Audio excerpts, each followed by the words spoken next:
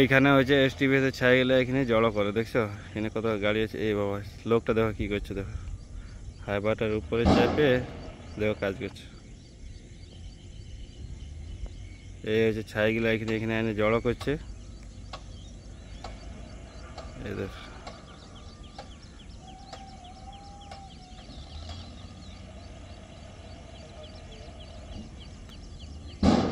তিরপাল ঢাকা দিয়ে এনেছিল যাতে ছাইটা উড়িয়ে না যায়। দেখো তিরপালটা গুটে আছে, দেখো দেখতে পাচ্ছ।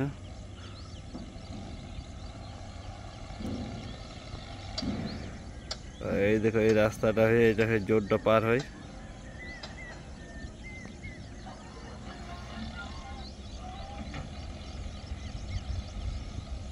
দেখো কত সুন্দর লাগছে দেখতে লাগে।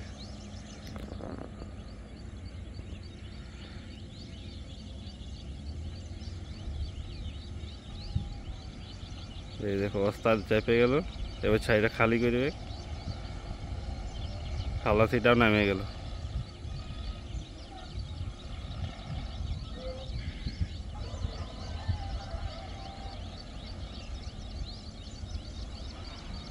দেখছো ছাইগুলো কেবল নিচে দিয়ে ঘস খায় নামাই দিছে।